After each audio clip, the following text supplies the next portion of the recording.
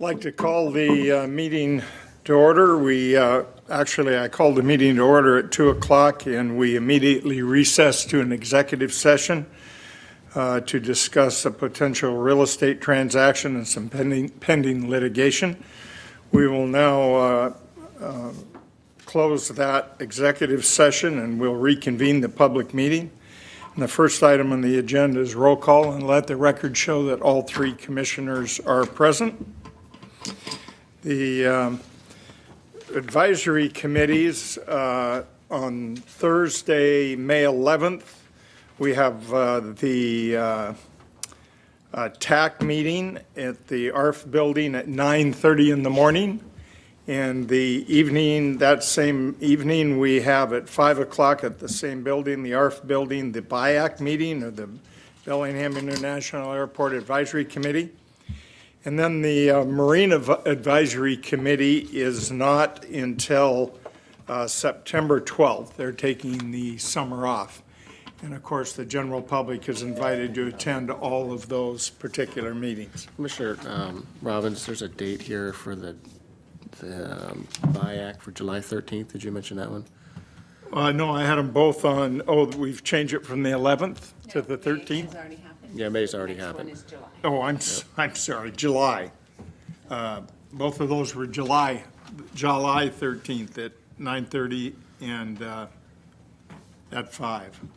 I guess, okay. So our next order of business is public comment, and I see there's two people have signed up. Jane Bright, if you would like to go to the podium, please, so that the folks in TV land can also hear you. Is that, I can never get this low enough. Okay. Thank you. Just wanted to thank you for the opportunity to speak to you. And as I think you all know, my interest is primarily the train crossing safety issue.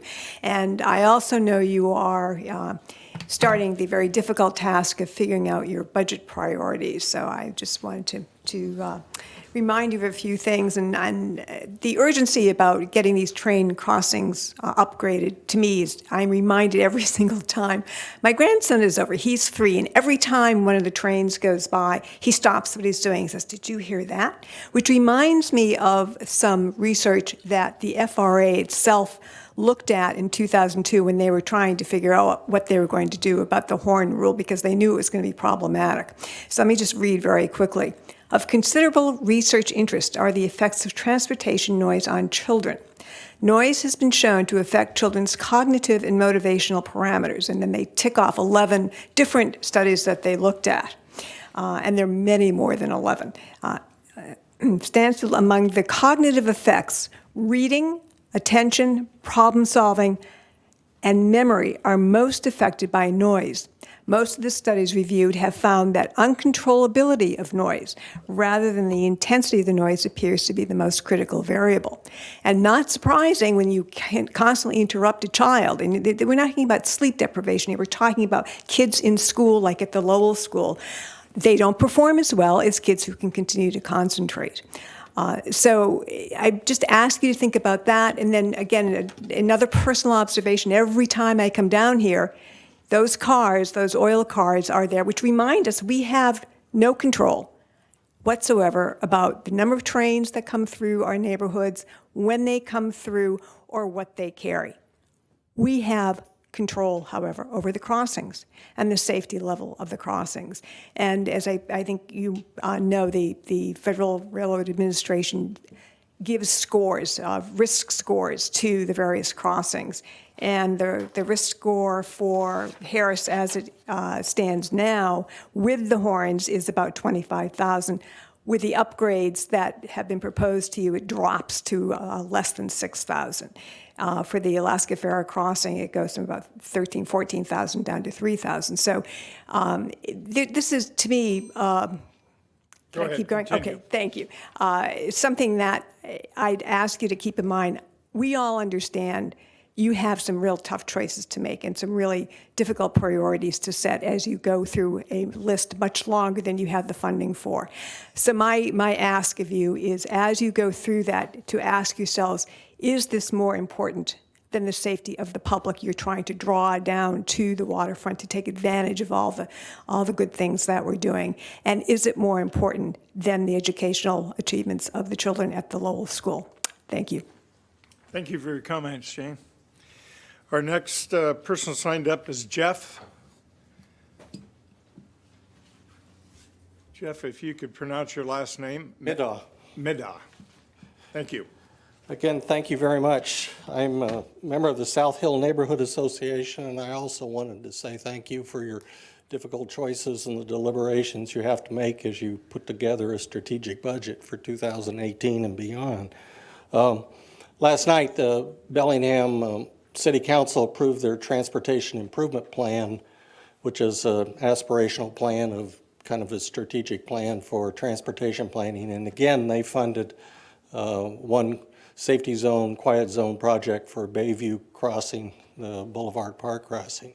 So this means, with positive support of the port, the south side could be, the port could go ahead and file their notice of intent with the Federal Railway Administration and proceed to get the scoring and the approval of the 3 crossings that are now under your jurisdiction, and then the one at Boulevard Park, the pedestrian crossing, and with the city's planning to proceed with the Boulevard Park crossing, we could have those 4 done.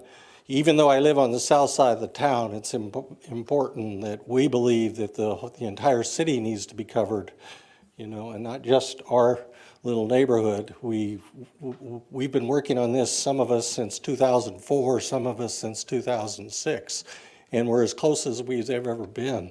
So thank you for your support as we go forward.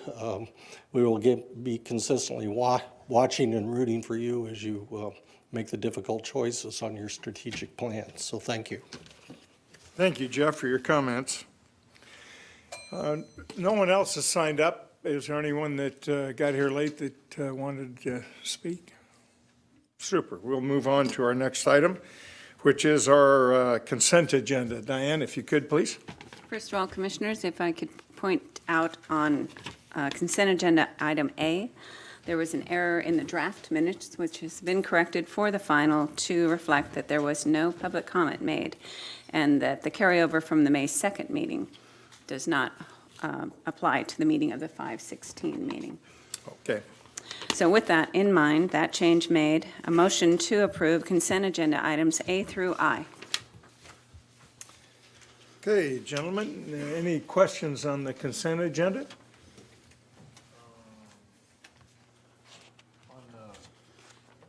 Item I, pause for beer. Are they, exactly what we're doing, sounds like they didn't get some of their stuff done, so we'll give them Good afternoon, Commissioners. Excuse me, Terry Lahi, Real Estate Division. I'm sorry, I didn't get your question. the reason for the change in the lease? The reason for the change in the lease is they were required to put in a restroom within the first 6 months. Unfortunately, due to weather, trying to get a plumber and somebody else online, and then City of Bellingham permitting, they've not been able to accomplish that. Okay. So we've changed that to add another 6 months for them to do that. That's what I was wondering, why Okay. the extension? Okay. Hang on one second, Terry. So recently, I think a lot of folks in this room experienced the Shrine House, and they don't have toilets. They have plastic boxes. Is there any reason why we shouldn't allow a Pause for Beer to also have a plastic box? It's a city requirement, and it's part of their lease that they were going to install restrooms in there. Sure. We could modify the lease, obviously, but can we modify the city requirement? I don't believe so. So how does, I mean, that begs the Fine, question, let's right? do Right. I couldn't answer I know that, when I sorry. read this, I was like, well, if they're having trouble, is there a workaround for them that's? Sure, can we look into that maybe and see why Schweinhaus can get by with, and maybe our tenant can figure out the same game You know, plan? it's Yes. Yeah, it's a So- risk that the tenant takes by not having the facility, but if it's a struggle for them, then I don't see any reason to force it, but. Yes, we can certainly check into that. Sure. Okay, any other questions? No. I just had one on F, the Swift Air. This is Sunil's not here, but someone can, oh, there we go. On Swift Air, that's a different airline than we approved last meeting. Is this another charter service, it looks like? Yes, Commissioner, that's correct. Jonathan Prout, Terminal Operations Supervisor, Aviation Division. This is a separate charter agreement. We actually have 3 total, Swift Air, Sun Country, and Elite. So Swift Air actually took over the contract that Extra Airways had with the casinos in Wendover and Bullhead. Oh, okay. So they're still flying to the same destinations, pretty much the same frequency, just a few times here and there, maybe 15 to 20 times a year tops, so. Okay, thank you very much for that clarification. No other questions? Hearing none, all those in favor? Aye. Aye. Okay, we Commission, move, before we move on, Tourism and Visitor Center is here. Sandy, did you want to say something about the agreement, or are you just here for questions? Okay, thanks. okay, our next item then is an action item. Diane, if you could, please. Commissioner, if we can check your mic, please. Commissioner Briscoe, if you would speak into your mic. Hello, 1, 2, 3. Are we here? I've got it up full. And I have your other mic on as well. It's on. Hey, I can move this up a little further.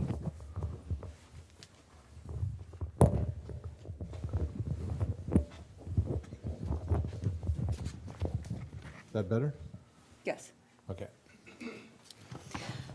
A motion to authorize the executive director to execute a contract with Cadence Construction Incorporated of Seattle, Washington, for the Bellingham Shipping Terminal Warehouse Number 2 re-roofing project in the amount of $495,128.50, plus a 10% contingency for a total authorized contract amount of $545,000.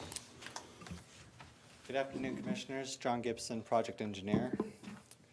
This project is located out at the Bellingham Shipping Terminal, where we have 2 large warehouses. As you'll recall, we replaced the roof on Warehouse 1 last summer, and we also attempted to patch some leaks in Warehouse 2 at that time.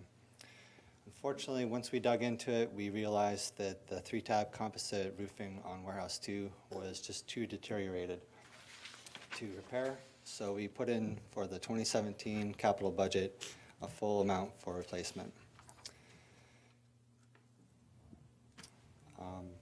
This photo on the left shows the extent of the rot that was on Warehouse 1. That structure had gone without a new roof for too long, and the decay had gotten pretty extensive. You can see on the right the truss joist that we installed as a replacement. I'm happy to report that Warehouse 2 is in much better condition than this, so we expect the project to go quite smoothly.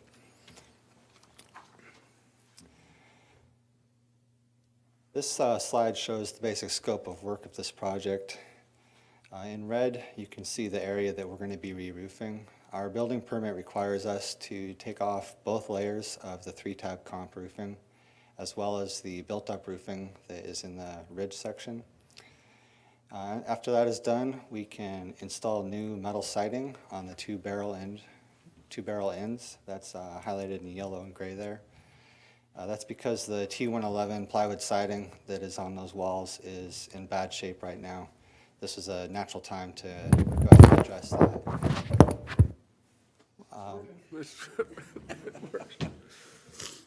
Sorry, go ahead. Thank you. Next, we would be replacing the roof membrane, and that's going to be with thermoplastic polyolefin, or TPO for short. This is the same product that we used on Warehouse 1 last summer, and it's kind of becoming the industry standard. So we're excited to get both of our buildings protected with it. Finally, I should note that we won't be doing any work on the loading dock roof. That's outside the scope. We wanted to mention that the new biofiltration system that was installed in Warehouse 2 is operating well. I didn't get out there today to take a better picture of that, so I apologize. But you can see on the right that is installed in the downspouts. And our environmental department is actually going to be giving a full stormwater report in 2 weeks, so they could probably go more in depth on the function of this. But basically, it consists of a gravel and sand medium that filters out the stormwater and helps us with our turbidity benchmarks. It also catches some of the other contaminants that might be present there. Getting back to the bid, of the 4 contractors that submitted bids, Cadence Construction was the responsible bidder with the lowest responsive bid. Fortunately, this project is fully funded by the capital budget account, and we have set a pretty aggressive timeline in order to be able to store some commodities in this structure if a new lease works out. So we are very excited to have Cadence on board pending your approval, and our recommendation is that you approve this contract. Are there any questions I can answer?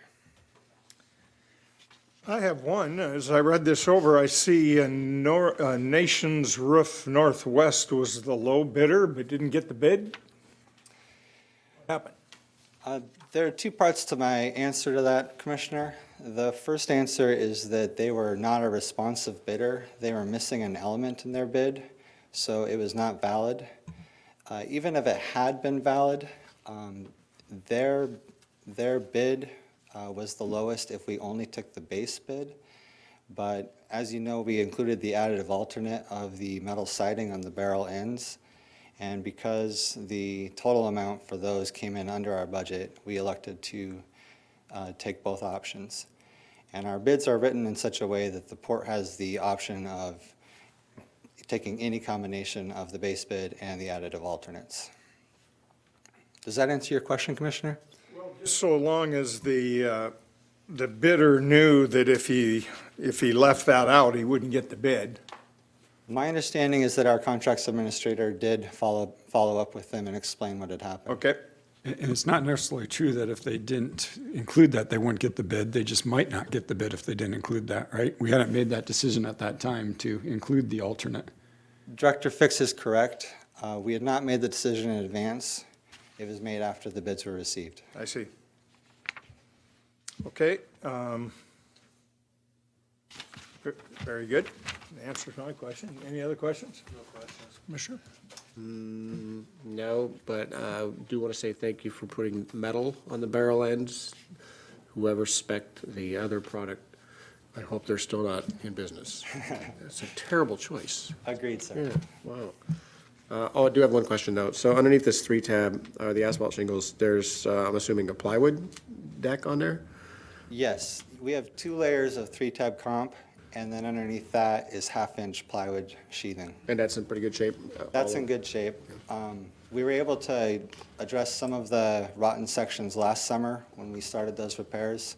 So we do have an allowance for replacing rotted material this summer, but I am hopeful that we won't need all of it. Yeah, it's easy anyway, so, okay, thanks.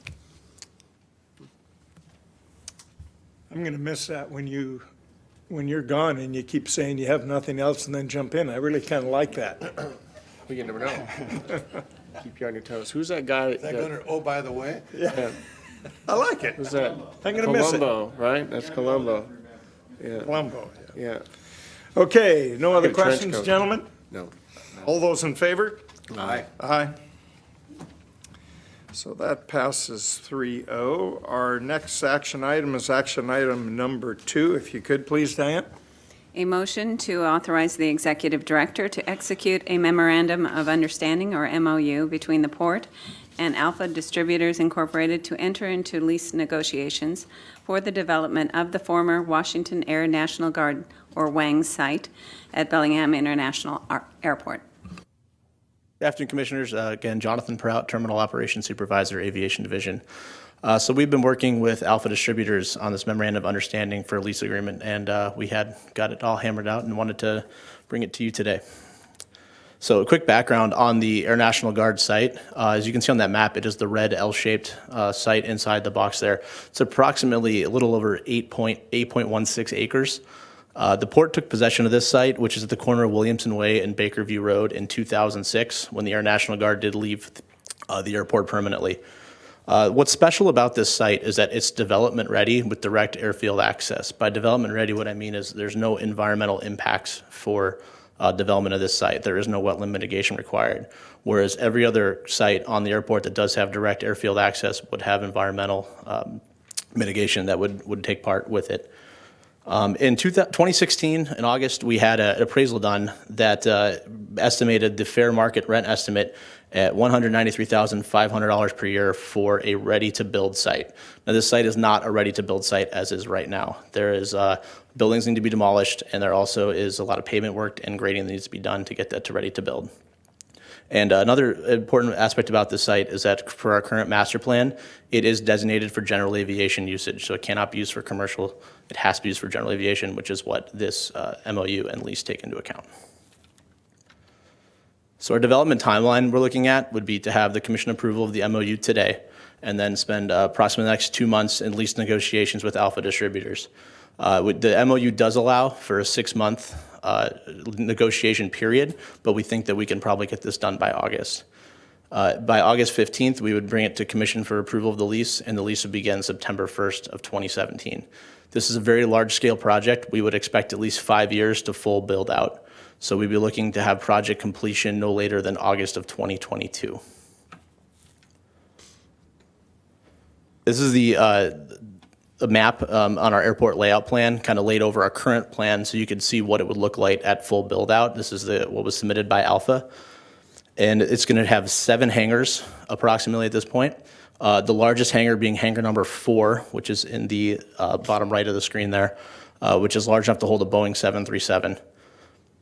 And also on this map, you can see that it also allows for future expansion by having enough room for a Design Group 3 aircraft taxiway to go through the site and can expand across Williamson Way, so we could have future expansion in that area, which the airport master plan currently does call out for. Are there any questions about the site itself or the MOU?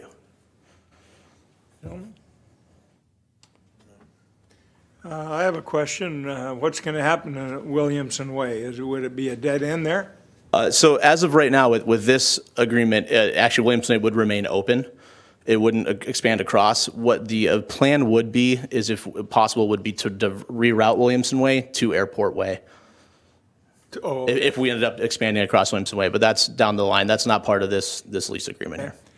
and you said a Boeing 737 could fit in there, but this is for general aviation. Do a lot of general aviation folks have a Boeing 737? There's a few out there. Really? Once in a while, we actually get some requesting to use the commercial ramps. It's the only place that we can put them currently. It's not common, but it does happen. So. Great, bring them in, we'll repair them.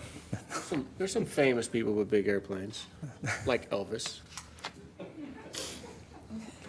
Okay, Oh, it was a 727, wasn't it? I do have a question, seriously though. There's been a discussion, it's been a real sort of high level, sort of like throwing spaghetti at the wall with District 8 merging with the airport folks and locating in our ARF building out there. Is that even possible with a plan like this? Not to speak on that, but this isn't going to cut off access to the ARF building. I guess if Bakerview Road would still be accessible. Bakerview would, but Williamson would not. Williamson Way would not be accessible. Way would not. That's correct. Okay. Now, with the current plan as is, it would be. Williamson Way isn't closing anytime soon, but this is maybe 10 years plus down the future for expanding across Williamson Way. Commissioner, you bring up a great question. I think we'll follow up on that before we entertain any possibility of expansion. I mean, and if so, I mean, obviously Williamson Way would be it could be a corridor anyway. Yeah, For an emergency corridor. Yep. vehicles, Yep. just not general, public to drive through there, but, so that's something I think we should think about. Also, I had one other, and I'm apologizing, I didn't write it down. I'll just leave it at that for now. Commissioner Briscoe, any questions? Have you thought of your, Yeah, but no, it's okay. okay? Thank you very much. Hearing no further questions, all those in favor? Aye. Aye. Let the record show that passes 3-0. So that takes care of all of our business here in a half hour, so I guess we take an hour break unless you gentlemen would like to bring anything else up earlier. You know, if we get any new business, why don't we take care of it now? What do you think? We're up for that? You want to take care of new business now? We can if you like, yeah. Okay. I don't have any. I'm just throwing that option. If you gentlemen had some. I don't have any The new list is business. still long and incomplete. I don't want to add anything to it yet. Thank you. Well, I do, and I appreciate Jane Bright coming and speaking to this issue today. So I'm going to be digging through the budget and seeing how we can get these in. We did promise last year to just get these in our 2018 budget, so I don't think it's going to be too challenging to keep the promise, to be challenged to make sure we have enough money. I think the preliminary numbers we're seeing is about 1.2 million right now For the quiet zones, yeah. well, for the two crossings, so. Yeah. All right, so something to work on. Web lockers have come up, so I said I'd follow up with the Commercial Fishing Association on the upland storage agreements and the web lockers, and I don't believe they've sent anything specific to the port, so I'm gonna speak, I suppose, on their behalf, or maybe just on behalf of how the web lockers are managed, not for the CFA, certainly. So in the upland storage agreement, there are 5 classifications: active commercial fishing, marine commercial, marine use, non-marine use, and a business license. And with some preliminary conversations I've had with the folks, the leadership of the CFA, they would definitely like to see that the active commercial fishing folks always have priority for a space, and the others would have lower priorities. They have also asked that, actually I recommended, because I couldn't figure out why we didn't do this, so the active commercial fishing people are businesses, and we don't offer them 5-year leases like we offer other businesses. So I'd like to have a conversation with real estate, see how or why we should or should not do that. So if that's something that a fishing business would like to have, that they could. There's also been a request for a prepayment,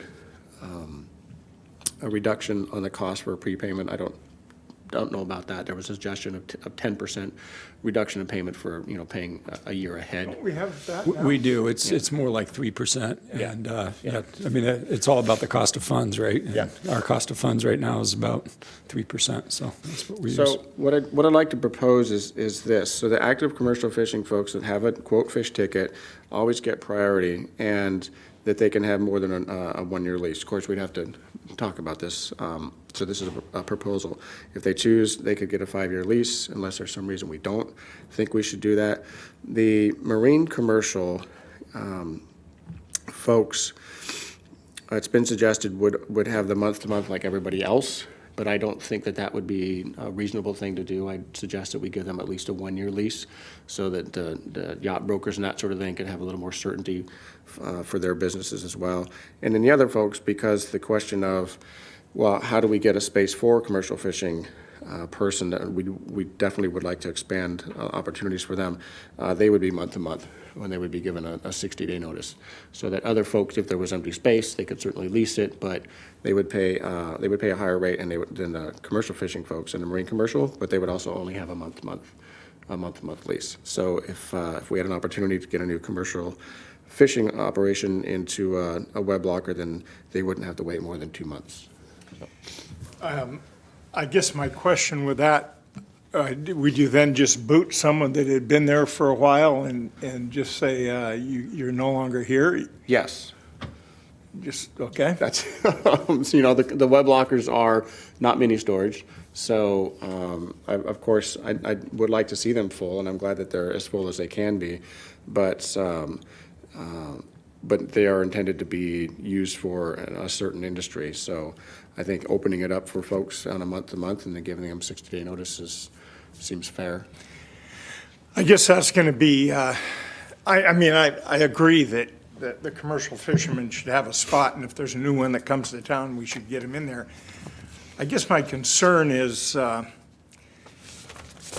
there's a fisherman that stores his household goods in there, but he's not using it for fishing. Do you give him the boot? Is he an active commercial fisherman? No. Okay, so only active commercial fishermen. Okay. Yeah. Gets the boot? That's my opinion. Yeah, I think that, If you're and, using a locker for storing nothing more than stuff you could put in a garage or mini storage, has nothing to do with an active commercial fishery, in my opinion, you do not belong in a locker. How many of those web lockers are that way today, out of curiosity? Anyone know? I'm not sure we have that number, no. They've gone through it. We haven't done an inventory. I mean, that's a door-to-door, right? yeah. Yep. Anyway, I wanted to pitch that. I would suppose we should probably put something together, real estate. I think Alan Birdsall is the lead on the web locker discussion. I think that's pretty consistent with what the staff has been discussing. So I'm not sure what the next step is on this. Do we owe the commission an update, or can you give us an update, Alan? And for the record, this is just a discussion, we're not making a decision on this. That's correct. Thank you. Yeah, good afternoon, Commissioners. Alan Birdsall, Manager of Marinas, and we are working on this project. It is my project. We're taking it step by step at this point and working to get the commercial fishermen and the other users, I should say all the users of the upland storage, to complete a new access agreement or a new upland storage agreement. And then from that, that sets the basis to be able to set forth a lot of these policies about who gets first use and priority. And it's pretty much right in line with what you gentlemen have been saying for the last 4 or 5 plus months, and at least in the 4 or 5 in my time here in this position. So we are working that direction, and we anticipate having something out by the end of this year. It does not address the 5-year lease, though. That's a new thing that has just come up that we'd have to take a look at, and it's not traditional what we've done in the past, but there's no reason why we can't look at it for sure. Yeah, I suggest a 5-year thing, because correct me if I'm wrong, Shirley, but we do offer 5-year leases pretty generically in other real estate holdings. So these being fishing businesses, I don't see them as different than any other business. So I don't know that it would be inappropriate to offer a 5-year lease, but maybe it is, I don't know. Well, the only place I'd be concerned off the top of my head, and I'd think about it a little deeper, but the only place that comes to mind is the one in Blaine that we're talking about moving. We wouldn't want to enter into 5-year agreements with there unless there is a provision that we're allowed to move them, because otherwise we could get held hostage for not moving our building. Yep. Alan, you have access now. When you said you were going to get an access agreement, we have access now to. Yeah, we have access. Sorry, that was the wrong phrase to use. Oh, okay. It's a new upland storage agreement, not an Okay. access agreement, because, yeah, we do get access just, You're talking just a whole new web locker agreement. yeah. Okay, Yeah. thank you. So I guess the question that comes to mind, if we were to do something like this, and you're already entered into the current agreement, would you be able to use the 5-year option? Is that possible to change? I mean, if we were to move forward and folks had already signed up for 1 year, and we were to change the rules, and it was implemented not at the beginning of the year, the right time, can those folks, would they? Something to consider for sure. I don't see why we wouldn't, but give us some time to think about this. It's new, and make sure there's no pitfalls that we're not seeing. But yeah, I would think that someone would be able to upgrade their agreement, as long as the rest of the terms are current. I think your comments are good. In the spirit of having our web lockers available for the fishermen first is good. That's what we're after. So I would agree with the staff working on that. That's it. That's my new business. Thank you. Thank you, Alan. That's all I got. Okay, so we're done with new business, and so we've got two other action items. Do we want to take a break or tackle them, or up to you guys? Give me just a minute. I think we should stick with our protocol. Let's take a break.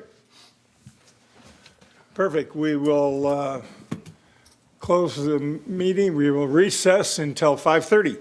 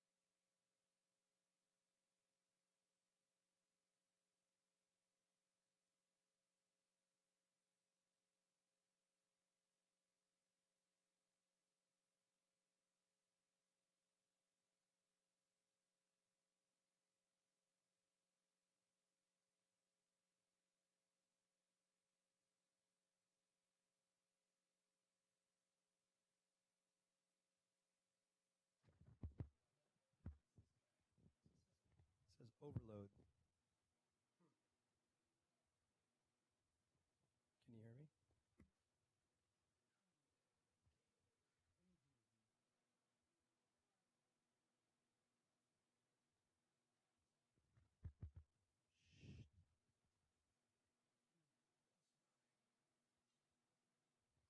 It is peaking.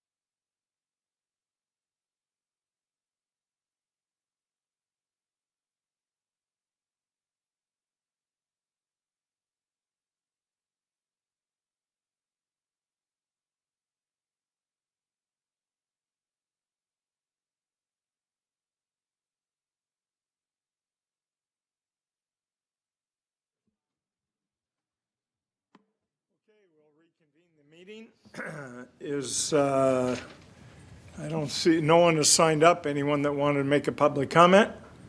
If not, we'll move on to our next action item.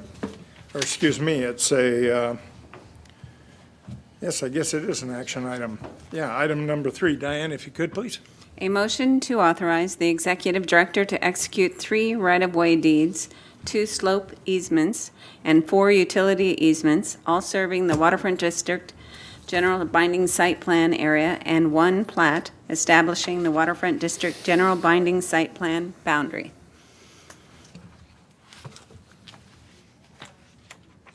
You gotta go to the, there you go.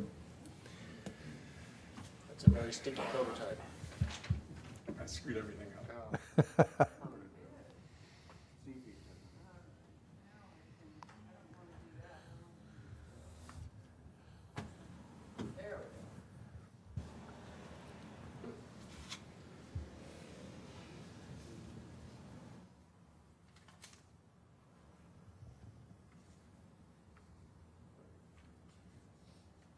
Good afternoon, Commissioners.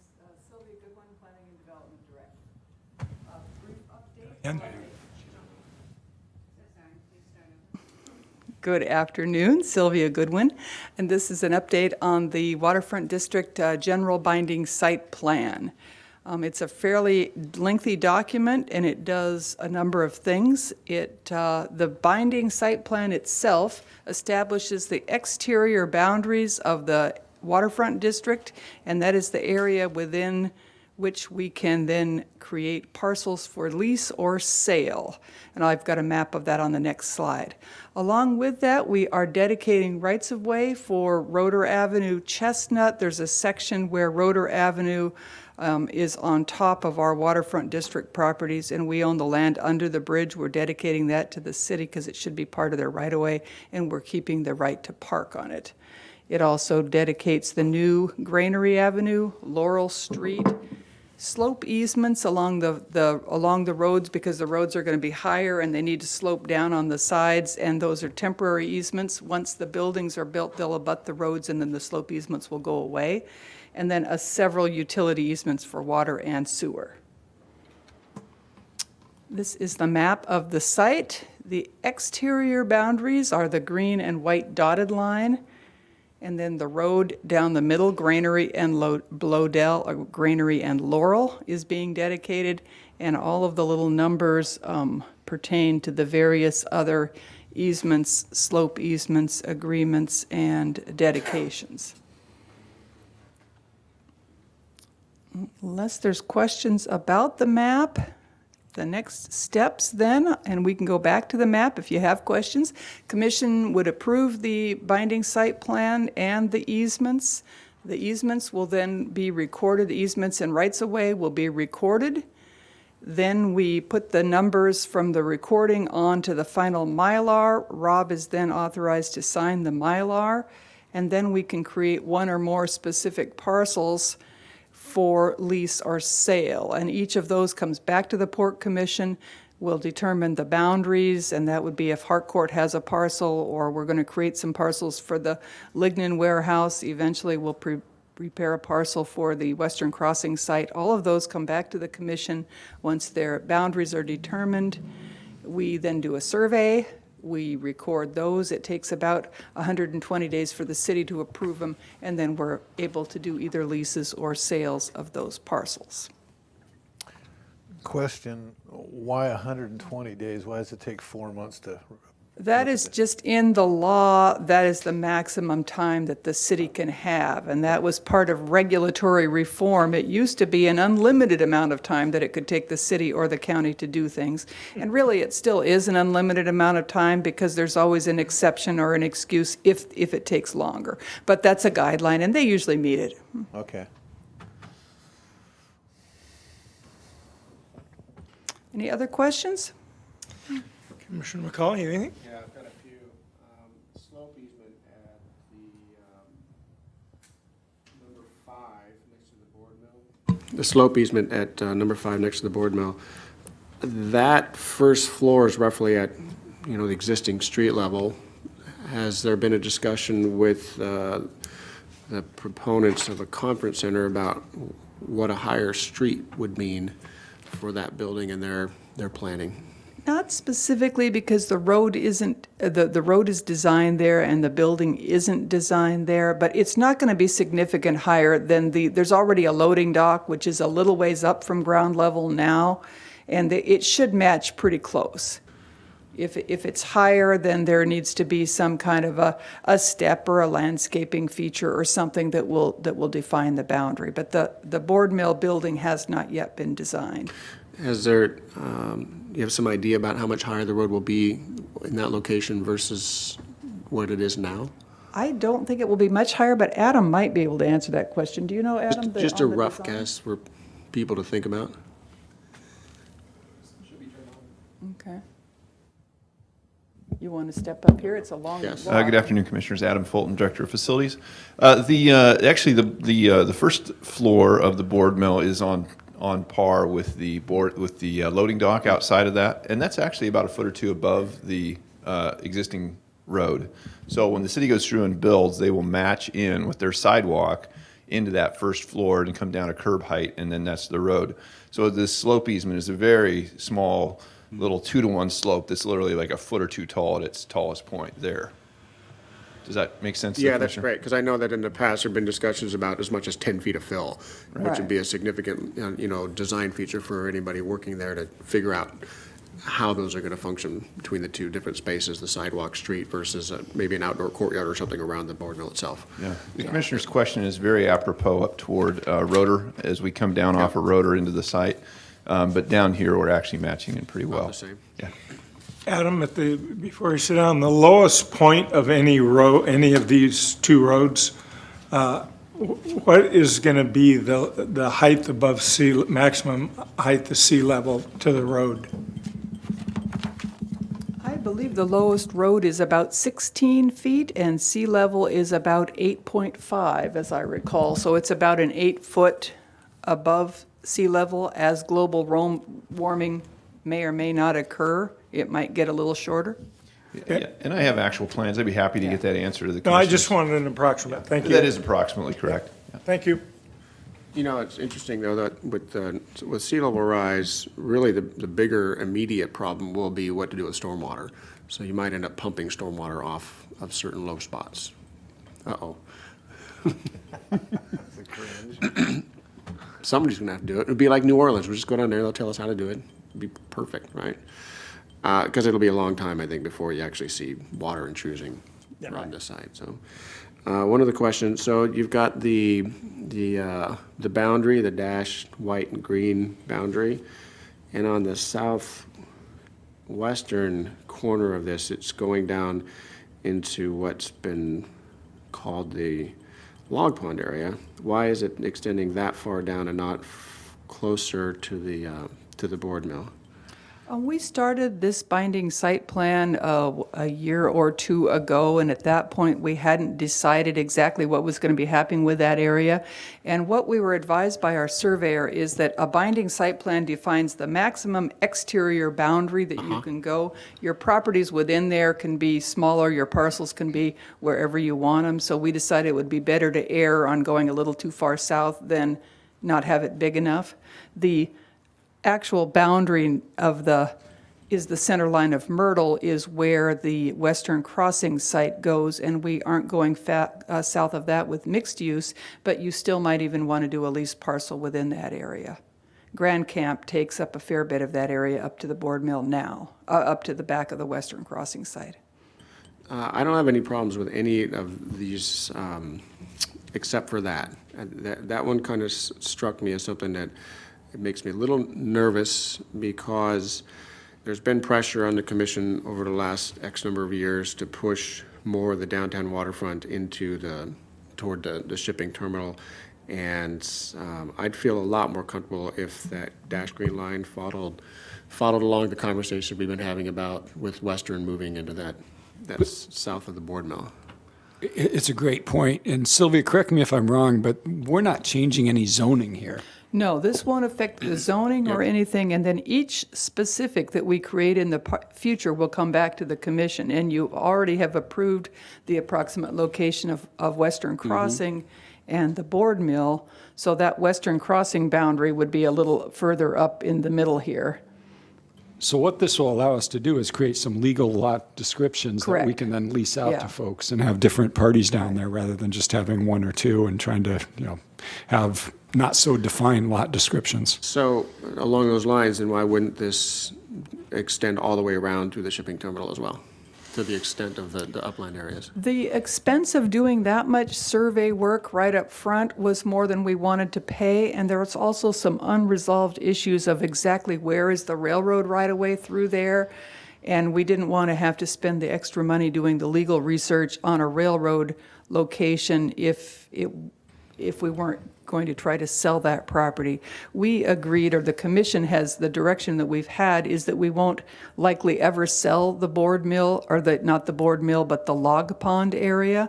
So we didn't need the binding site plan to cover that area, and it would have added a lot more expense if we had done that. And you're right, we could have tightened it up a little further closer to Myrtle, but we didn't know exactly at that time where Western Crossing was going to land. So is the problem then that if we were to redo this and move that line back to Myrtle, we'd incur additional expense on the survey? Correct, and we're pretty much right now ready to go on filing this and getting it going. We could go back to the drawing board and redraw it, and it would delay it. And cost money. So the timing element we're up against is the building of the street that you're seeing depicted through here in kind of the gray-purple colors. We really want to get that going as soon as possible. And we need to dedicate these slope easements prior to that being constructed. Correct. But again, just to assure you, it doesn't change the zoning of that log pond area, so it needs to remain that industrial. It just, when we drew this up, we didn't know exactly what that was going to be. So why that line to the southwest, why that point? Why, it's an arbitrary choice, I know, but why? It was an arbitrary port choice, but I believe it followed an existing right-of-way that went through there. I think that was either Ivy. I believe that was Ivy. And rather than trying to create a line, I think we just tried to follow an existing line, and I think that was Ivy Street. Is that right? I think, Commissioner, what this does is it gives you, if you will, the outer boundary of a palette that you can color in as to how you want to shape future lots. And we tried to follow the boundary of an existing right-of-way to that southern line. So from that, it doesn't change the zoning or the uses that'll be allowed, but it gives you the flexibility of how you would want to shape a lot in the future. If you brought that line, northeast towards, outside of the log pond area and closer, I guess, to the northeast, you'd have to come back with a new general binding site plan should you want to carve up an area of that for lease later. And so you'd add more process and more cost later if there's an area in that strip that you would exclude from this. So the feeling was using Ivy, that with this boundary, you created the flexibility without restraining yourself from future decisions of how you'd want to shape parcels, if you wanted to shape a parcel. When you come in with a specific binding site plan, you don't create a series of parcels throughout the area. You may create a small 1 acre parcel up by number 9 or around number 8, let's just say, for example, because you now had access there. You can leave the remainder in the general binding site plan undivided for future decisions of how you'd want to shape the remainder. It's not like a preliminary plat, a typical subdivision where you divide everything at once. That seems kind of weird, because drawing an arbitrary boundary around a piece of property, it says someday in the future we're going to do something with this. You still have to go through the same process of delineating those new spaces even within that much larger space.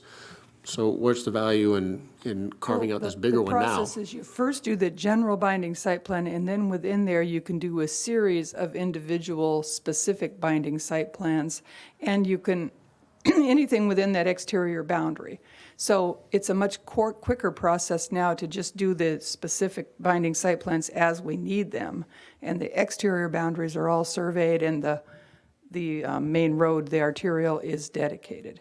From a regulatory review process, doing a specific binding site plan is an administrative process through the city because you've already established all the rules for dividing the land later. If you shrunk this size, you'd have to come back and do a general binding site plan on whatever you left out, should you want to create a parcel for lease later. So that's this gets you through that initial general binding site plan regulatory phase first. This is something in state law that was designed specifically for industrial or commercial processes for dividing lands so that you could adapt it over time to the demands of the market. Where a residential subdivision, you create the parcels and their size at the final plat time, and that's it. You don't have an opportunity to phase your final plat in the same way that you can phase and respond to a market in a binding site plan approach. See, the thing that I'm stuck on is that right there, is the word binding, first of all. And secondly, that it would include parts, this, as drawn, would include parts of the shipping terminal upland areas that I don't think we want to ever divide. Well, you still have that option. So I would, instead of focusing the word on binding, I'd pivot you and have you focus on the word general. Because this is the general site plan that has binding rules. If you should come back and do a specific division later. So you've finished the large public open process, that 120-day review process that Commissioner Briscoe was talking about. You complete that here for the general. Then when you come back in 1 year or 5 years to do a specific, to create a parcel to lease to somebody or sell, you then just do that administrative specific. And it's a simpler, easier process, and you've defined the rules for division. Then why wouldn't this include the entire shipping terminal area? For some of the reasons I think that. And the other thing is that part of the shipping terminal is DNR land where the way the harbor line goes across. So we didn't want to put we couldn't put the DNR land in there. But the main reason that we didn't include the entire parcel that the port owns is because of the added expense and the need for the right-of-way research on the exact location of the railroad in that area. So you've got zoning that already delineates these properties, correct? Correct. And this general binding site plan doesn't change anything? No, it does not change the development regulations or the zoning. The binding site plan process is under the subdivision statute in the state. It is, so when you're developing property, you really have two processes you think about. What's the zoning and the development regulations, then how do you subdivide it? So the binding site plan is in the subdivision bucket. That's my second point where I'm hanging up is I don't know that we want to subdivide the lands at this shipping terminal. But what the binding site plan does is say you set it in a general, but you create the general, so that's approved, but you haven't done the division yet until you do a specific. So you can respond to the market, and you can make that decision later, whether you actually create a specific binding site plan. That's the actual division of land. The general binding site plan, just as I said, establishes the boundaries of the palette that you can color in later, if you so choose, to define one or more specific parcels. So I understand Commissioner Colley's concerns with that, and it kind of, I'm wondering too, what we're setting ourselves. So if that line was back up Myrtle, the middle of Myrtle there, we would have to go through a complete binding site process to do anything south of there, correct? At that point. Correct. And as you recall, you just approved a Western Crossings agreement where you went down here south of Myrtle a little bit into the log pond. That would extend outside of the binding site plan if we went at Myrtle. And those decisions were all still up in the air when we started this process a few years ago. And we didn't know exactly where that Western Crossing parcel was going to be at that time. So in order to start, we went with a bigger rather than a smaller boundary.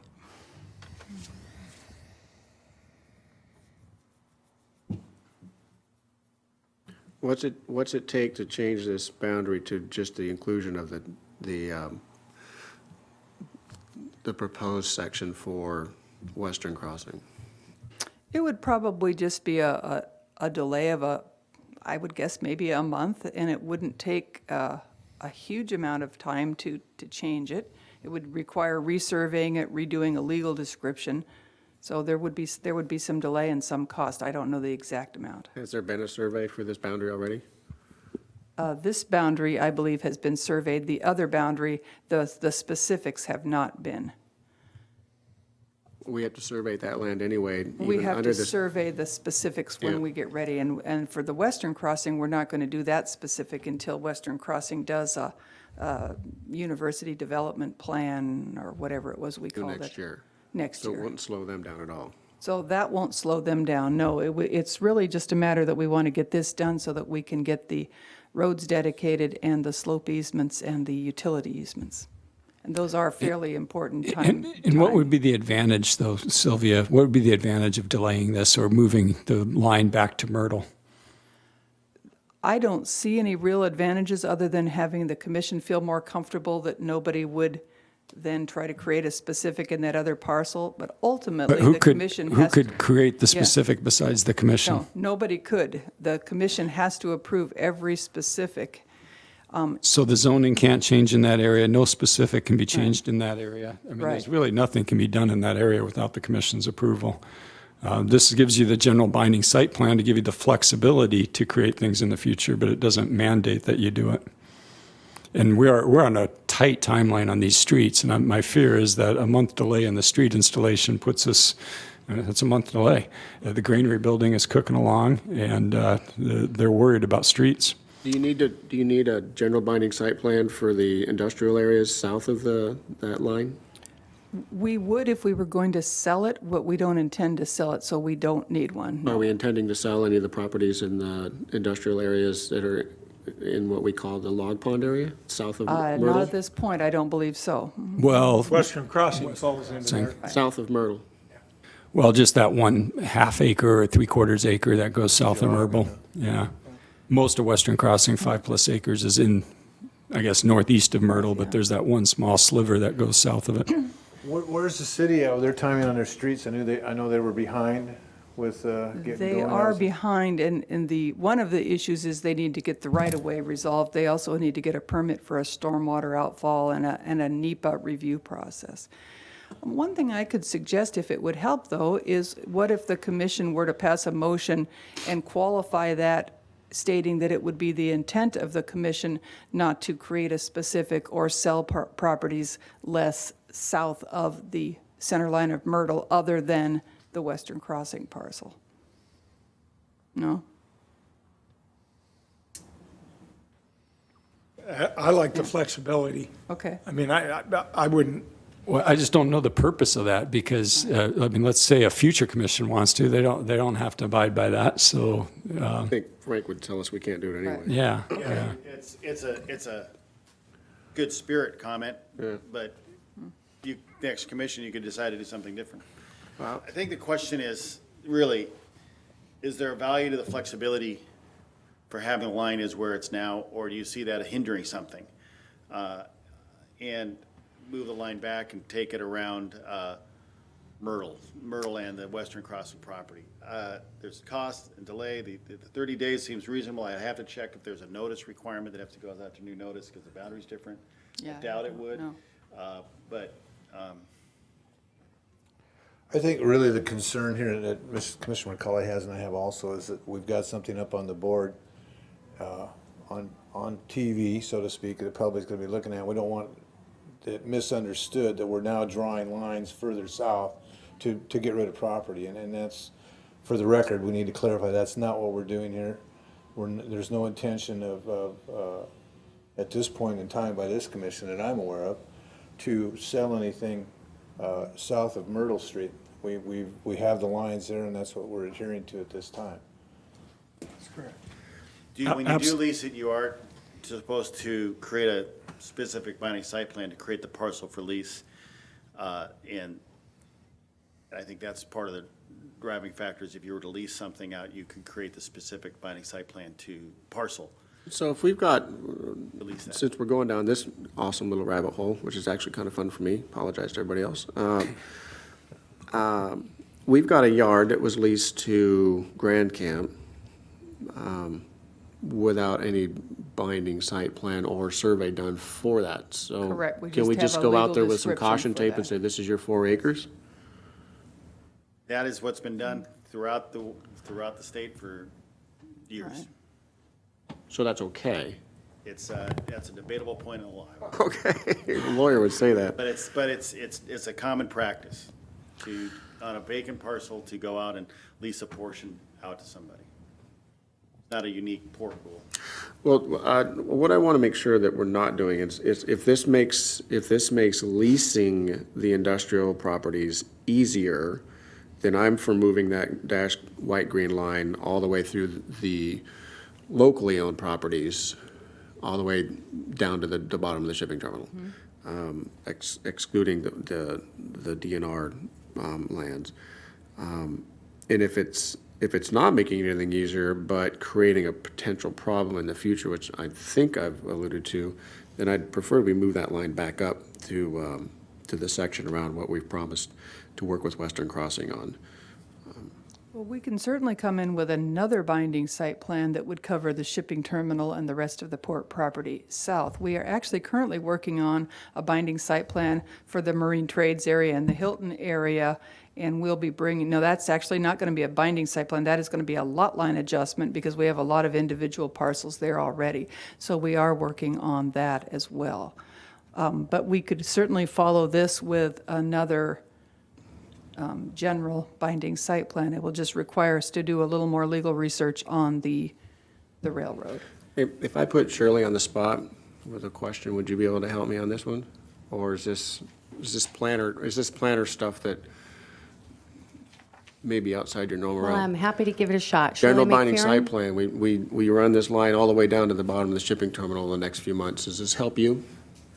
I don't think it does because we are able to lease on a fairly regular basis. We're able to turn the documents. I don't think it helps us anything. We have an enormous amount of flexibility. Okay. I think it does make the leases more concrete, is what I'm It's hearing. made concrete in the markets. If there's a lending market, they would want to look at, is there a lot of record? That's what the institutions often look at that. So we discussed All-American Marine moving into the Log Pond area last year, before they moved to where they are. Would you need a general binding site plan to carve out that lot for them to put a building on?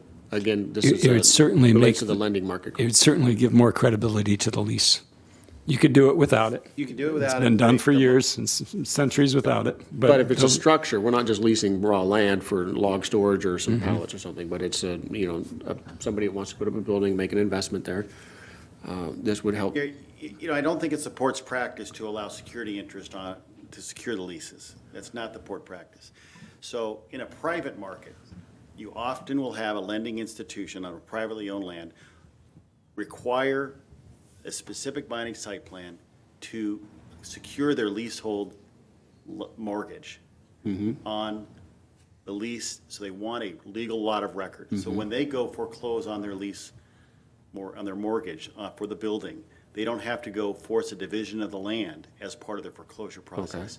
You typically do not allow security interests to burden your property. And I think that's the general practice of the port. So that doesn't arise, that's why Shirley can say, I have flexibility, because we're not usually allowing security interests to be recorded against your property that you own in fee. So that's the difference between the port and the private landowner who may need to have a specific binding site plan to create a legal lot of record. So when you're leasing a portion that you've just put the tape around, you're not creating a legal lot of record. So that seems to argue against a need for the general binding site plan. I think the purpose for the need was, are you going to be leasing out the property or potentially selling it? So when you get to the Western Crossing, where you will be conveying that property into a new entity, that is where you would need the specific binding site plan, for example. Commissioners, if we had drawn this today, we would have a line that mirrors the southern southwestern portion of the Western Crossing site. That's where that line would be. But we didn't. We drew this several years ago and had a survey done, and we're in the process. I mean, these documents are always in flux. They're a work in progress. You're not binding yourself by doing this. You're just creating options, and you're getting the streets done in time. If we don't do this, the streets are going to be further delayed, and we can go back and we can draw the line so that it mirrors the Western Crossing. I just don't see the advantage of that. I just don't see the advantage of Well, waiting. I would offer that if in the next few weeks or month, if I don't forget to follow up, that I would push and say, let's move this line back, but not, so say yes to this today, but push this line back. Or conversely, bring the whole line all the way around the shipping terminal. Make the whole thing part of the big deal. Because if there's an advantage to doing this, then having that arbitrary line drawn where it is, it disadvantages the other parts of the property. What I've heard, Commissioners, it's a survey cost issue and maybe a little bit of time. If you can get this survey done quickly on a smaller area and include Western Crossing, and if you get it timely and you can align with the city and their needs for the street development, and they're still in their NEPA process, I think, then that can all, the dominoes can still fall. I certainly don't want the delay to be in the ports part for getting these streets in. I really don't. I certainly understand, Commissioner McCauley, where you're coming from, but I think it leaves us with more flexibility rather than less. And I think we all know the intent. So I would just soon not delay it. Is there anything in your budget this year that would be looking at surveying the rest of these properties? We weren't planning on moving forward with the binding site plan for the shipping terminal this year. In fact, we weren't really planning on doing that for several years because we aren't planning on selling it. We could do a modification to this later this year. So just to clarify, if we pass this tonight, we're going to go forward with the city and they're able to go forward with their streets, but then we can simultaneously modify this and make the line more in line with the Myrtle and the Western Crossing. I believe we can apply for an amendment to this binding site plan, but it goes back through the full city review process as opposed to just being an amendment. And will that delay the street installation? No. The street, I think that what we would need to do is approve this binding site plan tonight and then ask staff to look into the process for modifying it. And I know our surveyor said it's difficult to expand a binding site plan. I don't know that it's impossible. I think that just means you have to refile it and go through a whole city process. Well, you were speaking to. Yeah, I'm talking about contracting it. Yeah. Yeah. Getting the line back to Myrtle. Okay, yeah, contracting it, we could modify it and contract it, or we could create parcels within there. So I don't know the exact process to enlarge it or modify it today, but we could do some research and bring that back to you at the next meeting. So I'd ask Commission to say yes to this today, but then to go back and shrink this up. And mostly because the question I just asked about expanding it around the shipping terminal, and you said, we're not really planning that because we're not going to sell anything.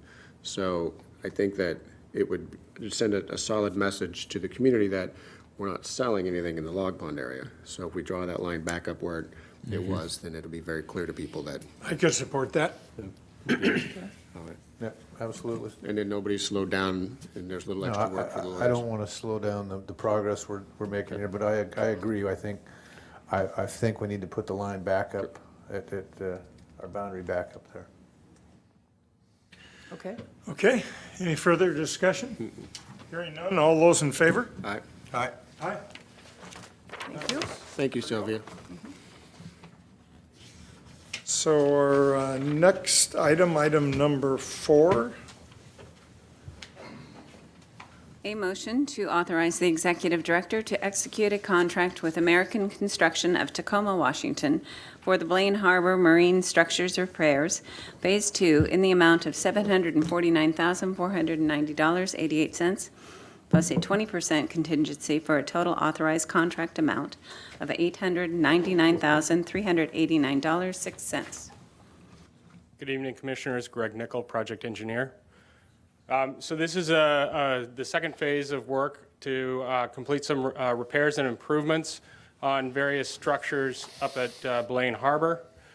Those include the second phase of repairs on the north, south, and Sawtooth piers, replacement of the remaining original utility hangars, and installation of 2 new pump-out floats at gates 1 and 2. Just to begin with, the north and south piers, if you recall, we recently acquired those piers. They were in a fairly dilapidated condition when we acquired them. We did a condition assessment that determined that the north pier in particular was in very degraded condition, and so that pier was closed after that condition assessment was completed. Similarly, the south pier, it's a newer pier that's in better condition, but it was determined to have some structural deficiencies that needed to be addressed. In 2016, we undertook a project primarily to get the north pier reopened in time for fishing season, as well as complete some minor repairs on the Sawtooth pier, or I'm sorry, the south pier. We limited the repairs in the first phase to superstructure repairs to avoid the delays associated with permitting in-water work. And so we primarily focused our efforts on pile caps, stringers, and corbels. And that allowed us for the north pier to at least partially open that pier with the far west end remaining closed. Similar on the south pier, we were able to keep open most of that pier, but a portion of the southern side of that pier had to remain closed due to some deteriorated bearing piles. So the current phase of work should be the final phase of work to get these piers reopened. They both will be fully open for at least limited vehicle loads, and that's going to be primarily partially loaded forklifts and truck and trailer, which will serve the current use of those piers. The improvements that we're proposing for those 2 piers include a replacement of bearing piles, replacement of framing under the cranes on the south pier. We completed some crane improvements on the north pier during the first phase of work. We'll be replacing all of the decking on the north pier and some of the decking on the south pier, and we'll be installing new bull rail on both piers.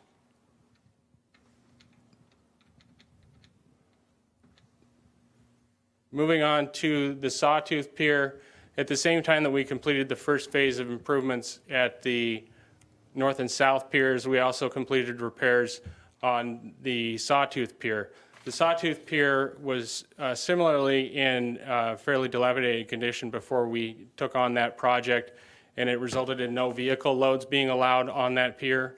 We were able to do some net loading and unloading, but no vehicles. And so we completed that first phase of work that allowed us to open 4 of the teeth.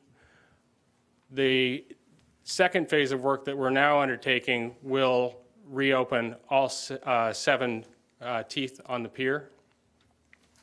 The repairs that we're proposing for the Sawtooth include bearing pile replacement, replacement of some stringers and pile caps, as well as replacement of 3 deteriorated ladders. One thing that we did focus on in scoping this project is that we are cognizant of the fact that this pier is currently in planning phase as they're considering some modifications to that pier, which could end up either eliminating some of the teeth or shortening the pier. There's a number of options that we're currently considering.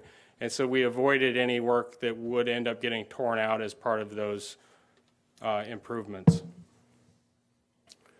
Moving on to the Gate 1 and Gate 2 pump out floats, what we'll be doing here is removing the dinghy floats and replacing them with pump out floats that will have dump stations and storage for the portable pump out carts. This component of work is being undertaken to improve service to the current customers on gates 1 and 2. And finally, as part of the first phase of improvements, we replaced a number of the utility hangers on gate 3 that had become corroded and were generally failing. Due to budget limitations, we weren't able to complete all of those replacements, and so this second phase of work will complete all remaining hanger replacements. One component of this project that's very important is to ensure that we're able to keep those piers in service, as well as to avoid interruptions to the customers on the marinas. And so we've taken a lot of care to prepare a construction schedule that will avoid impacts to those users. For the north and south piers, we are on schedule to complete all work prior to September 24th so that there's time to reopen those piers for that fishing season. Similarly, we've avoided the busy times on the Sawtooth by completing that work between October and the end of November.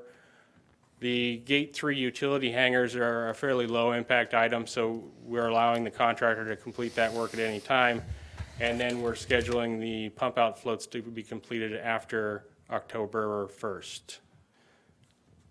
Are there any questions? Commissioner? Yes, I have a few. Not a few, I should say a couple. First, on the construction schedule, clarification for me.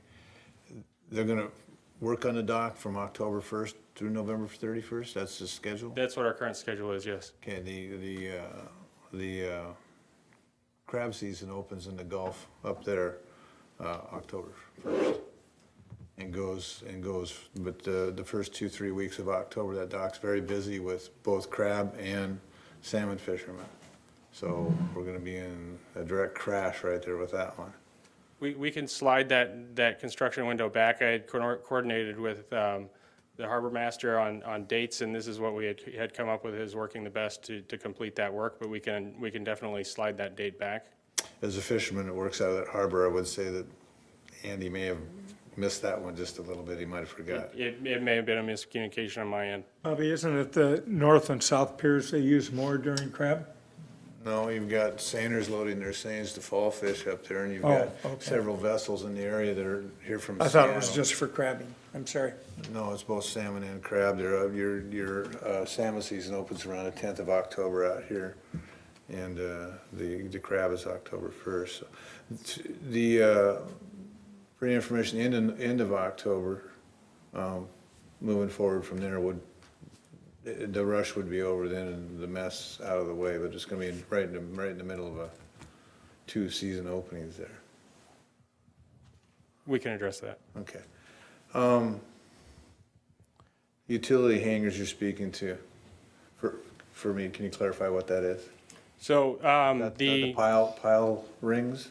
No, on all of the marina floats, you have power, water, sewer, various utilities running along those. Those are being suspended off the side, and they're galvanized steel, and they have a limited lifetime, and so eventually they... Yeah, no, that's okay. I was trying to make that click, and it wasn't, I saw him doing it last season, Yeah. Okay, very good. That's all I have. Thank you. Commissioner McCauley? A few, not overly specific about this project, but could you flip back? Because I do have one specific about this project. How far? Go back another one. How about that one? No, stay there.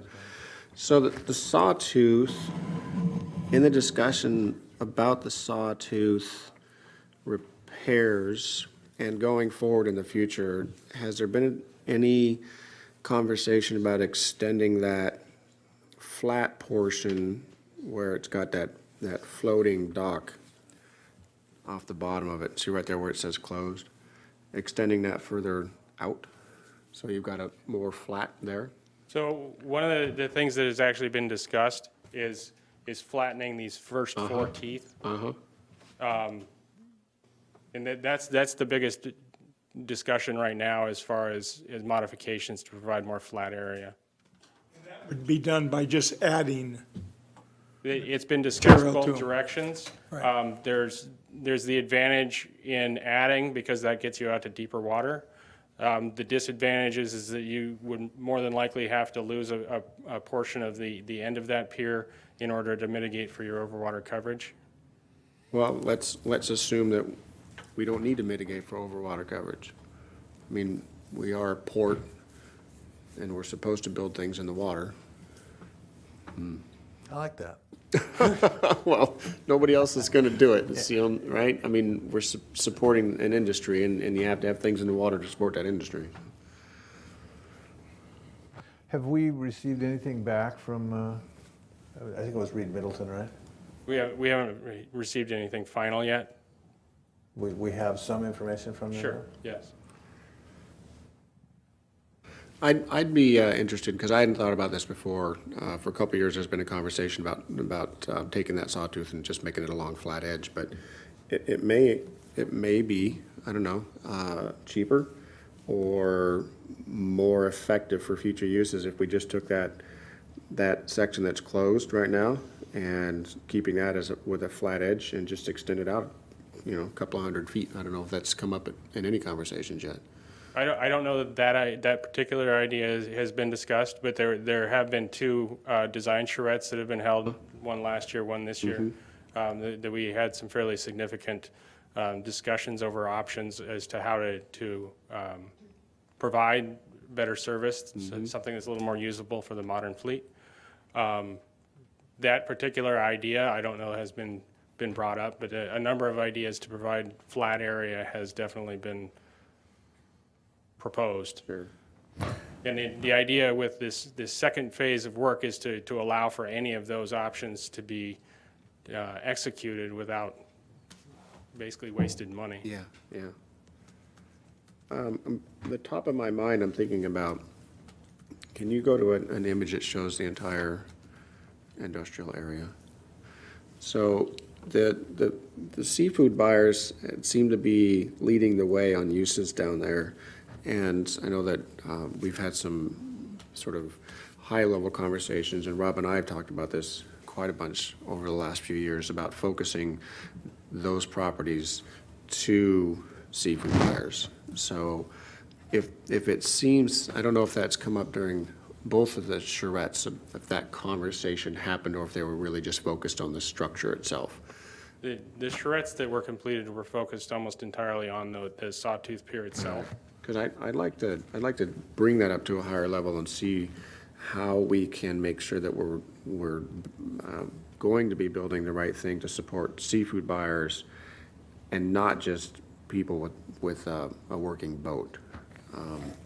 Which might also, that's why I threw in this concept, because I hadn't thought about, well, how do you obviously you flatten the side of that, and that has advantages. The sawtooth has advantages and disadvantages as well. But maybe just more pier overall would have an advantage for these buyers in the future.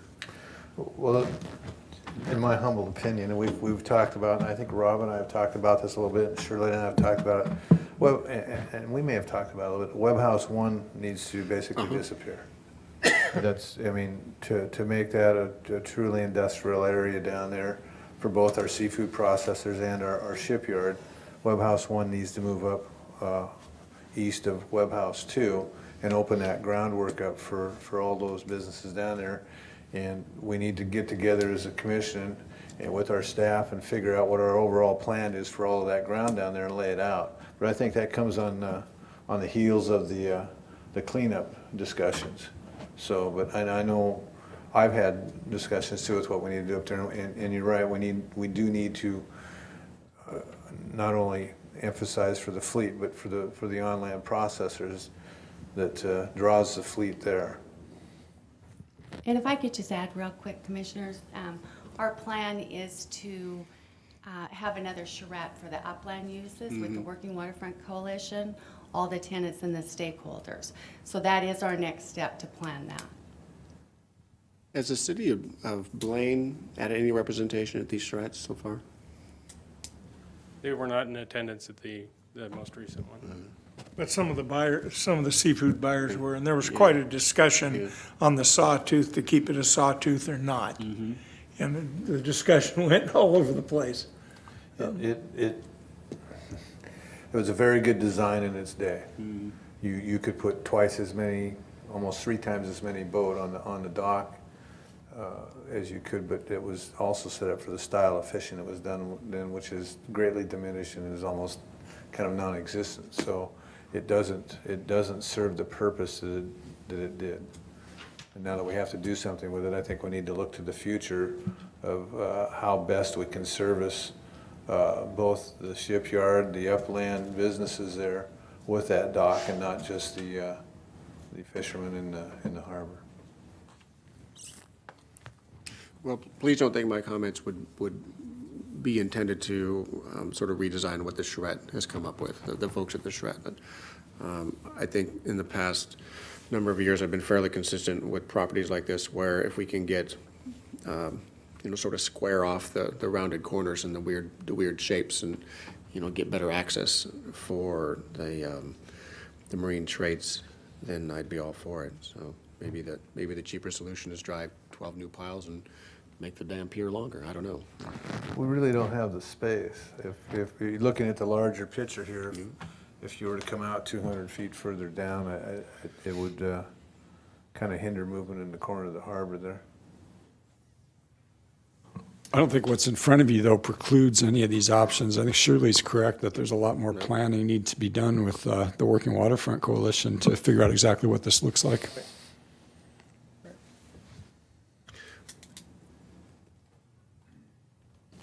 Thanks. I've got more to discuss, but it's about the industrial properties, so. Okay, any other, You've got more stuff? Not on it. Well, let's let Greg go, and then I'll bring up my questions, but. Okay. Okay, very good. Any other input? Any other questions? Okay, hearing none. All those in favor? Aye. Aye. Aye.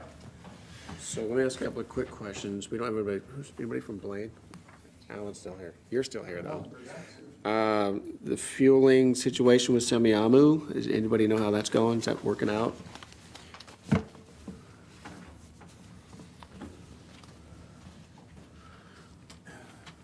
Alan Birdsall, manager of marinas. It was in the newsletter. It's still working out. Andy did confirm with Semiahmoo, and I think it's 20 cents a gallon. Might be something a little bit more than that if you are a Blaine mortgage tenant. So that is in the current newsletter that's going out, and to confirm that they are still offering that reduced rate for Blaine tenants. My guess is if it wasn't working, you'd be hearing about it. That's right. We haven't heard, if we haven't heard anything. then We've it- heard Well, that's a couple. not true. We've heard a complaint or two over Yeah, the last okay. year. I've had some complaints. What were the complaints? One of the complaints was that one of the gentlemen called over there for a fuel price. Got the fuel price, thought it was a little haul, so he had his son call in and say that he was bringing a vessel in from Point Roberts, a non-commercial vessel, and the price was less money to the non-commercial vessel than it was if you brought your commercial boat over from the harbor. So, and that was face-to-face conversation. So I think there's some issues there that might need to be resolved, and I think I think most of those complaints were more than 6 months ago, and that, the first 6 months was kind of rocky because this was about a year ago, and I think the last 6 months have been a little smoother. If I'm incorrect, let me know, but I'm hearing less complaints now, and I'm hearing more people happy that they're getting the discount. So the phones were definitely ringing in the first couple of months. There were some missteps, but I think that's worked itself out. hopefully it can, because we need to take care of our people in our harbors, and if they're going to be held hostage for fuel to go across the street, I'm not going to be very happy about that at all. And then, Alan, another question for you. So there are some boathouses in Blaine. What would it take to get more boathouses in Blaine? And secondarily, would there be a demand for it? I'm not exactly sure if there's a demand for it. The big thing would be coverage, just getting it permitted, covering more water space. It gets back to kind of some of the discussion on the Sawtooth. Can you extend it without having to mitigate for that coverage? And we have not heard of any demand for additional boathouses up there. What would happen if you built a boathouse and then hung oyster sacks underneath the dang thing, right? I've got a meeting at 6:30, so I don't want to prolong this, but let me tell you, I don't think they're attending the WPPA Marina Committee, I don't think there's a port in all of Washington that wants to build more boathouses. From what I've heard those guys say, they just don't want more boathouses. I do have one question. Could you bring the harbor picture back up? Can we? It's not about boathouses. They do, but they're a pain. They really are. There's a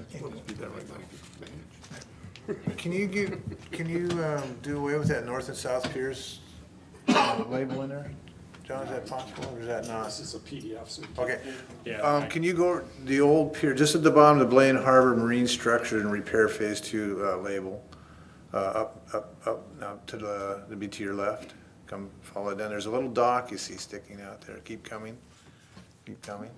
Keep coming. Down. Right there. We got Right one there. there. And if you come over under the north and south pier repairs label, okay, we've got one there. Has staff had any plans or any conversations of what we're doing with these two docks? Anything at all? Have we?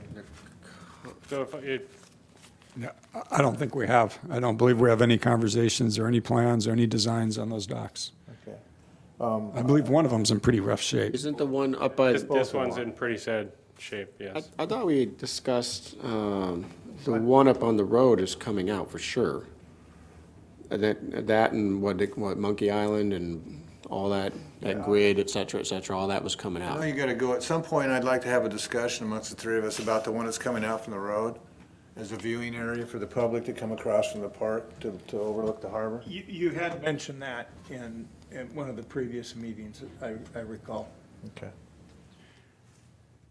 Yeah, and I don't, to my knowledge, we haven't decided anything specific, but not tear them out until we could possibly use them for mitigation for other overwater coverage if we need to, but they're currently not being used. Okay. Thank you. Commissioner, if I can have one more item. Mike Hogan has a letter that we need to approve on Matka, and I apologize for the last minute of this, but as everything with Matka, it's urgent and needed. So we've drafted a letter from Mayor Kelly Linville and Commission President Dan Robbins, and we'd like the commission to bless it. So, Good evening, Commission. Yes, this is, again, it's a draft letter. It's currently under review by the port and city, but it gets at one of the WPPA's legislative priorities for Matka this year, which is legislation. It's House Bill 2182. And what that does, it would actually change the structure of the hazardous substances tax. Right now, it's 0.7% per $1,000. This would change it to 0.9% up into $110 million being deposited into the account. Then it would change it to 0.7% up until $170 million was deposited into account, at which point it would go down to 0.21%. Why this is important is that, as you know, there's volatility in the account as the price of oil changes, the revenues into that account and how much money Ecology has to commit to local government cleanup grants changes. So, for example, for the Harris Avenue Shipyard project, which is currently under contract, we're trying to plan a multi-million-dollar, multi-year project. We hear from Ecology the money's available, and then the oil revenue projections change, and then the money's not available. So not only are we trying to do a project that's multi-year with constricted by fish windows, but more importantly, well, maybe is the tenant, they're trying to schedule their shipyard work. We don't want that activity to impact the tenant operations, and so it becomes really, really challenging, especially with the limited Matka revenue. So this would help stabilize that revenue source. It's one piece of the puzzle. We also, Matka is a huge priority for us, as you know, and other ports and local governments throughout the state. We also are looking to continue to work with Ecology to reform that process through, in 2013, they passed, for example, model remedies and multi-year grant contracts for larger projects. And so continue to work to make that process more efficient, and then also work to restore some of the funding that was taken out of the Matka account and plugged into other general fund accounts during the Great Recession when oil was at a high, but there was major pressures on the overall budget. So at any rate, Do you have copies of the letter that they can have? yeah, I do. So at any rate, this basically emphasized how important the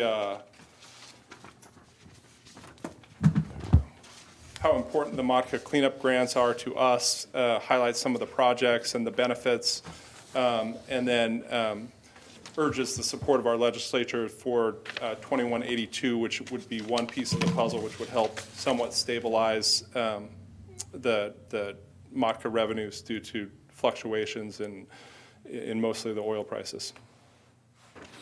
And understand full well, if we sign off on this, it still has to be a vote Correct, yeah. with the Yep. legislators, and Yep. it doesn't Yeah, the mean legislature's just because currently we in their second signed special. off on it, it's going to happen. Correct. They're currently in their second special session. Right. So this is one of the bills that's a possibility, but you're absolutely correct. It'd have to be passed through the House and Senate, signed by the governor. Mike, have you talked to our folks down on the ground in Olympia about this? Yes. Yeah. So it seems really partisan. I'm looking at the state legislature's website on this right now, and the bill history, it seems to be a very partisan bill, passing only by 3 votes on the third reading. Any idea why it's so partisan? Well, I mean, it does, there is a tax impact, and it's actually interesting. It does increase, so when the price of oil drops, there's no doubt it increases the tax on the oil companies. However, when there's, as the price of oil rises under high volume years, it actually lowers the amount that they would pay. So I think the divisiveness is on changing that actual tax. However, I will say that the hazardous substances tax hasn't been adjusted for inflation since it was passed in 1988. So. And this hazardous substance tax is the sort of thing that's 100% passed through to the final buyer. So inevitably, everybody buying fuel or any of these products in the state of Washington will be paying the tax. So it's not a tax on an industry at all. Am I reading that? That's right. Saying that correctly? And Commissioners, one way to look at this is that, we rely heavily on Matka funding to clean up, and a lot of it's hydrocarbons that we're cleaning up. And when the price per barrel of oil drops, we get much less per barrel of oil. But that barrel of oil still causes the same problems. It's not any cheaper to clean up after that barrel of oil just because it was cheaper to buy it. This somewhat equalizes that. We were advocating a few years ago for a per barrel tax, not a percentage of the hazardous substance, but a per barrel tax, and it didn't go anywhere. I think this gets us closer to that. It shouldn't be a partisan issue. Well, that's what surprised me. I looked at it was 50 to 47. I thought it'd be a lot less partisan than it really is, but, okay. So, I guess the question I have is, into WPPA a year and a half ago, we talked about where the money's getting directed to, and you spoke to it a little bit there. What kind of progress is there at this point in time that we're actually going to get the money if we tax these people more? I mean, it's great to ask for more money, but if we don't actually get it because it goes elsewhere, what's the point? Correct, yeah, the commissioner made a great point. I think when the WPPA testified in support of this legislation, they made that exact point, is we're not interested in, getting revenue just so it can be swept and used for, just like it was in the past during the Great Recession.